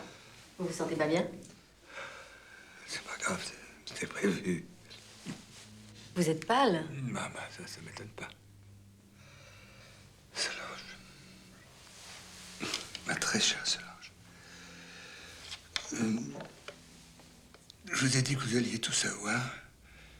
Alors vous allez savoir ce que représente le sacrifice humain. Mais vous allez mesurer enfin toute la radicalité de notre engagement. Ne bougez pas, je vais aller chercher de l'aide. Non, restez. Dans tout engagement véritable, il y a... Comment dire? Il y a quelque chose qui relève du primitif. Alors n'oubliez pas ça. Tous les maux des hommes viennent de leur incapacité à à donner leur vie. Calmez-vous, calmez-vous, ne vous fatiguez pas. Mais qu'est-ce qui se passe? Quel fou. Et quel con. Cher collègue, soyez-vous assez aimable de m'enlever les chaussures, j'ai pas la force. Jamais de chaussures au moment suprême, ça gâcherait tout. Avec plaisir.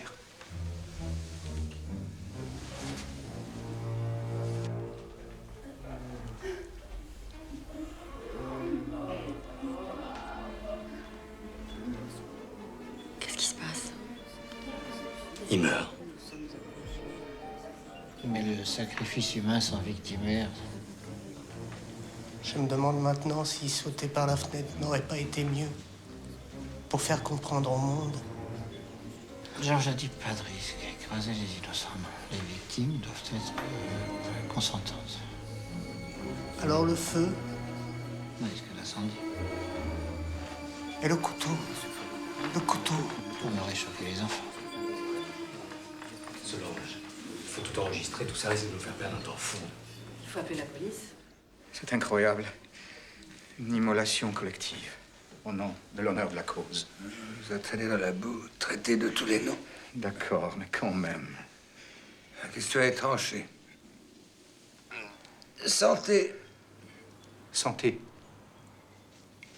Il est très bon champagne, vous l'achetez où? On est sponsorisé. Ah, maintenant ça nous a manqué un sponsor pour notre petit sacrifice. Et encore, il a le sens de l'humour. Cet homme est un vrai Socrate. Le Socrate de notre époque. Avec un rien d'Empédocle. Merci de l'avoir remarqué.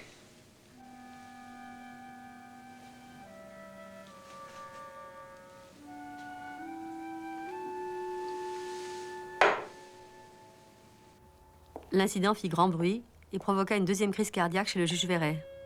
3 jours plus tard, en rentrant, une surprise m'attendait.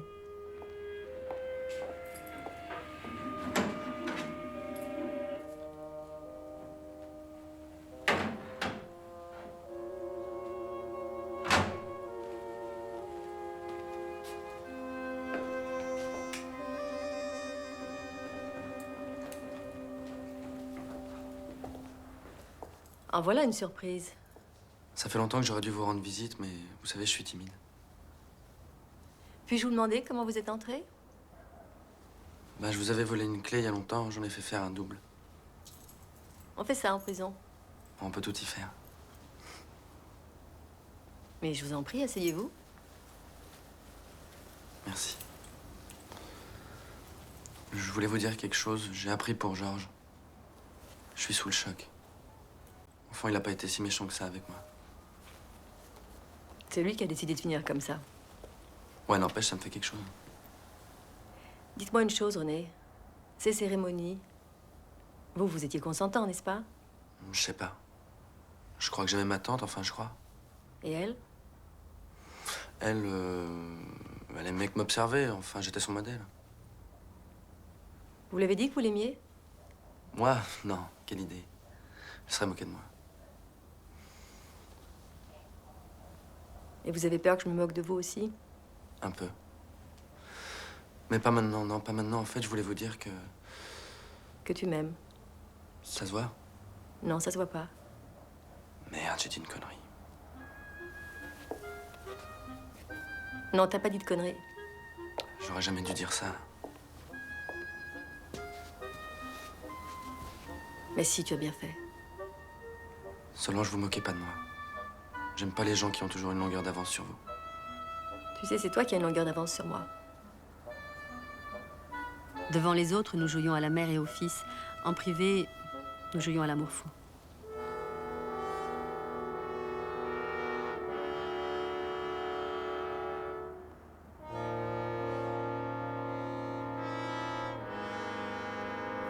Il est resté chez moi pendant 1 mois. Puis il a disparu sans laisser de traces. J'ai repris mon travail péniblement. Entre-temps, le juge Verret a eu une 3e crise cardiaque. Tout le monde m'accuse. Nous, les juges, nous sommes les grands méchants loups de la fin de ce siècle.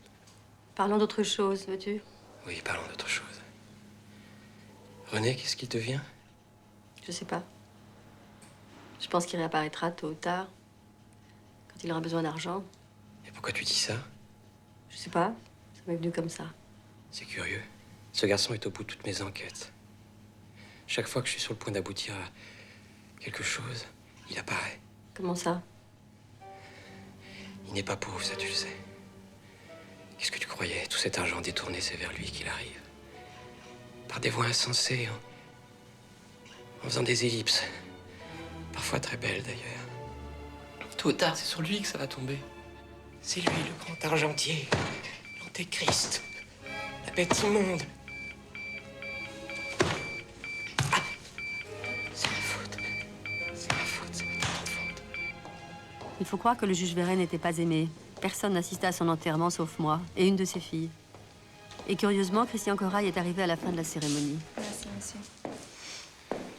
Mes condoléances. C'est dur de perdre un père. Oui, c'est dur. Mais je ne le voyais plus depuis l'âge de 5 ans, depuis qu'il nous a quittés. C'est ça. C'était un grand solitaire. Il était le loup des steppes de Hermann Hesse qui n'a jamais lu. J'en suis sûr. Au revoir, monsieur. Au revoir. Bonjour, madame. J'attends avec impatience votre visite. Venez me voir. Je vous montrerai mon musée. J'ai fait quelque chose pour vous. Enfin, en hommage à votre démarche. C'est vrai? La généalogie du crime qui vous a occupé. Enfin, les généalogies.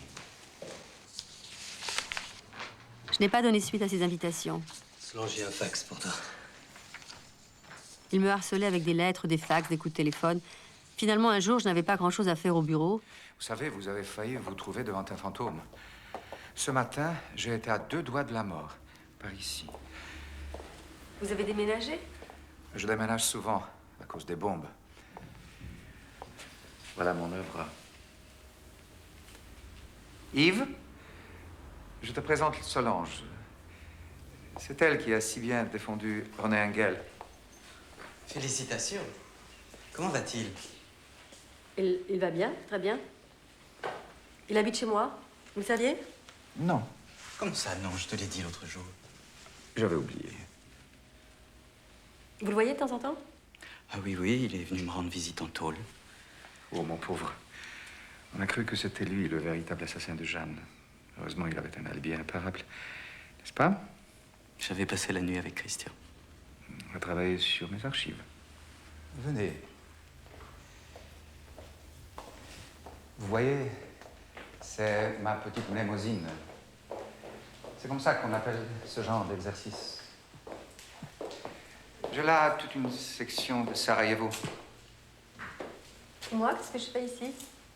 Vous connaissez le principe, je crois. C'en est la démonstration par l'image.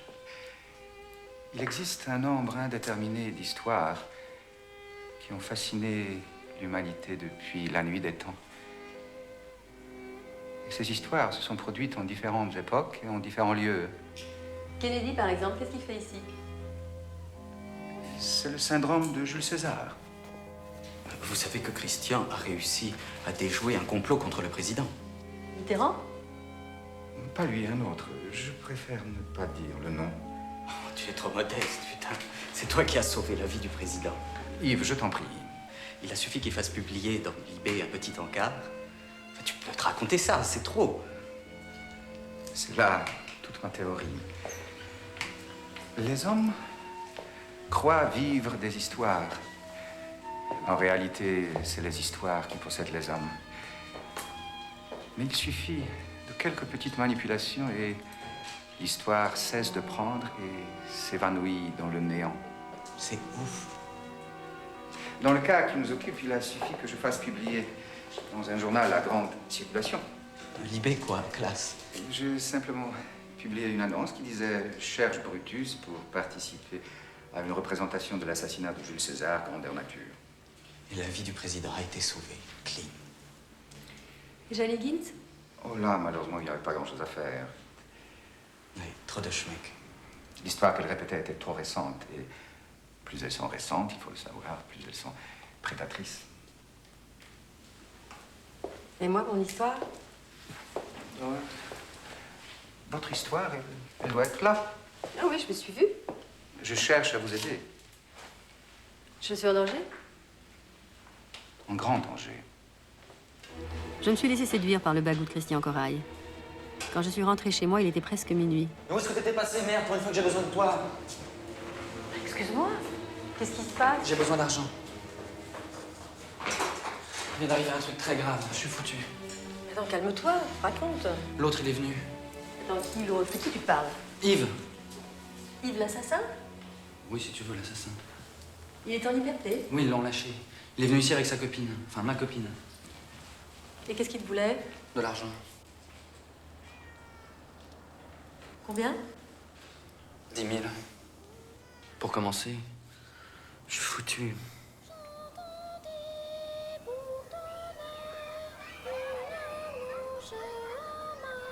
René, tu te fous de moi.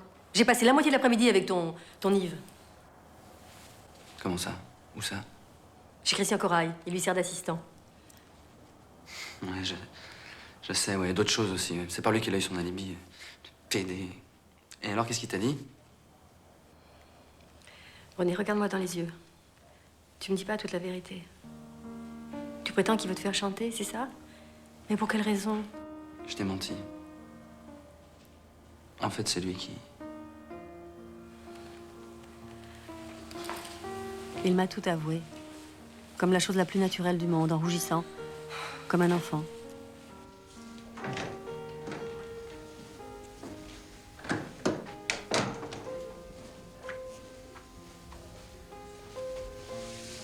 On se retrouve ce soir?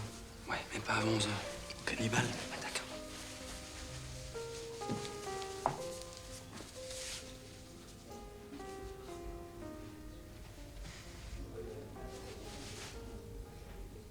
Tu dérapes, Jeanne. Tu dérapes sérieusement. J'étais beaucoup trop loin ces derniers temps. Et pourtant, t'as fermé les yeux.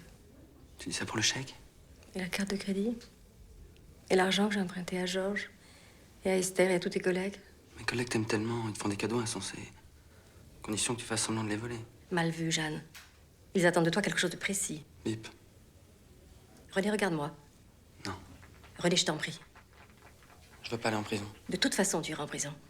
Demain, j'appelle la police.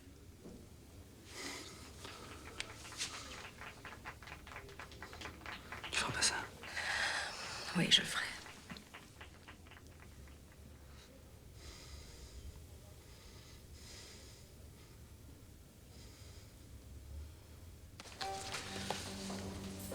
Et vous lui avez pardonné? Oui. Je l'ai absous. Je suis absoute. Vous pouvez me résumer les 6 derniers mois? Oui, je peux vous le résumer d'un mot. L'enfer. Il a continué à exiger de l'argent. Tout mon compte d'épargne y est passé. Jusqu'à il y a une semaine. Il devait être 3 heures du matin. Salut la tante. Bonsoir, madame.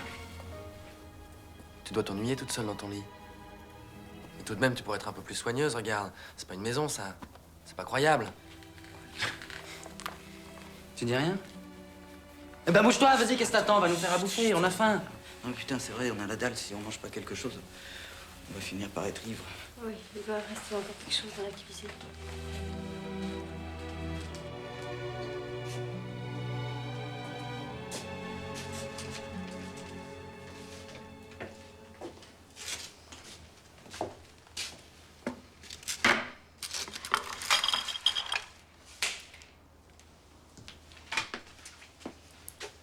Ils sont pas croyables, ces mecs. Quelle misère. Des deux, c'est le vôtre le pire. Enfin, le nôtre. Je suppose que vous avez saisi ce qu'il manigance. Il a promis à Yves de vous faire. Enfin, il a dit à Yves que s'il voulait, il était capable de vous faire tout ce qu'il voulait. Ils ont parié 10 000 francs. C'est ce que vous devez lui donner, non? Alors il dit vrai? C'est vrai.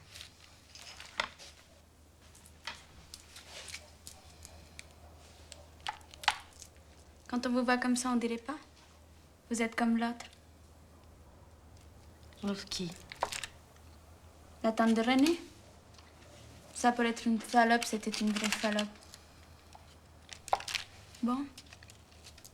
Je ne veux pas vous faire de la peine. Je vais voir ce qu'il fabrique.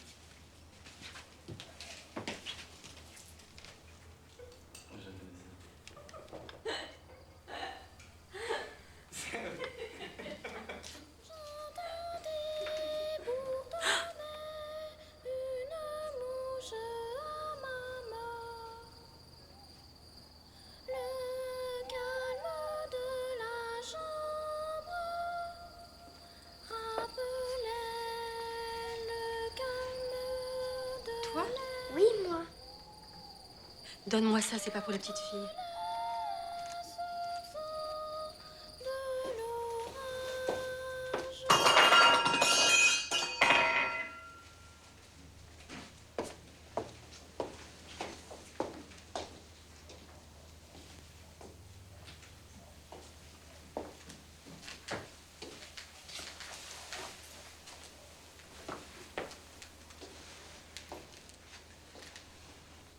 Qu'est-ce qui te prend, ma belle? Tu vas pas me faire ça? Peut-être maladroit, mais je suis pas méchant. Tu te rappelles, tu me pardonnes. Allez, donne-moi ça.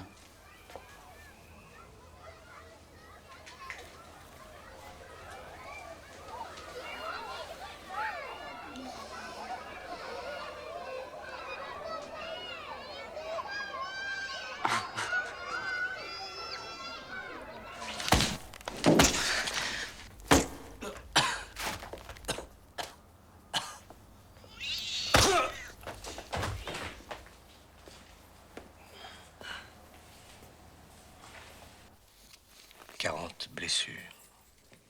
Ça s'est passé en un instant. Bien. Ce qui m'intéresse, c'est surtout ce qui vient maintenant.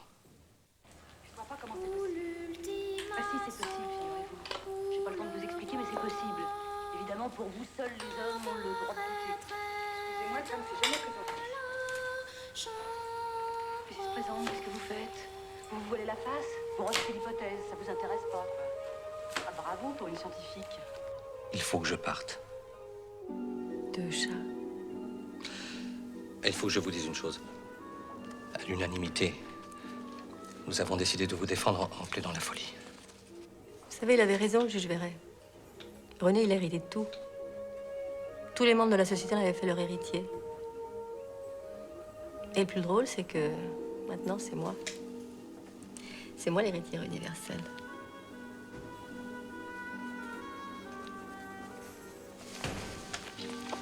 Au revoir, Solange.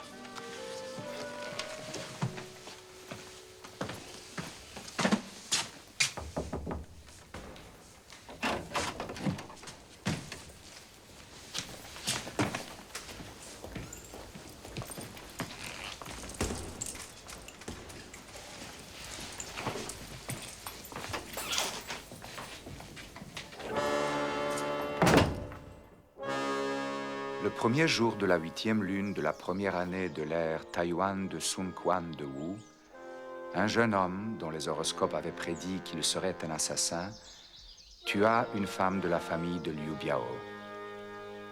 Une femme solitaire accepta de le cacher dans sa maison, mais cette femme était en réalité le fantôme de la femme qu'il avait tuée. Il tomba amoureux de la femme fantôme. Elle lui dévoila sa véritable identité et qu'elle n'était là que pour se venger. Avant de mourir, le jeune homme eut le temps d'écrire un poème. Pluie incessante, large fleuve, eau profonde, mon cœur comme le soleil levant.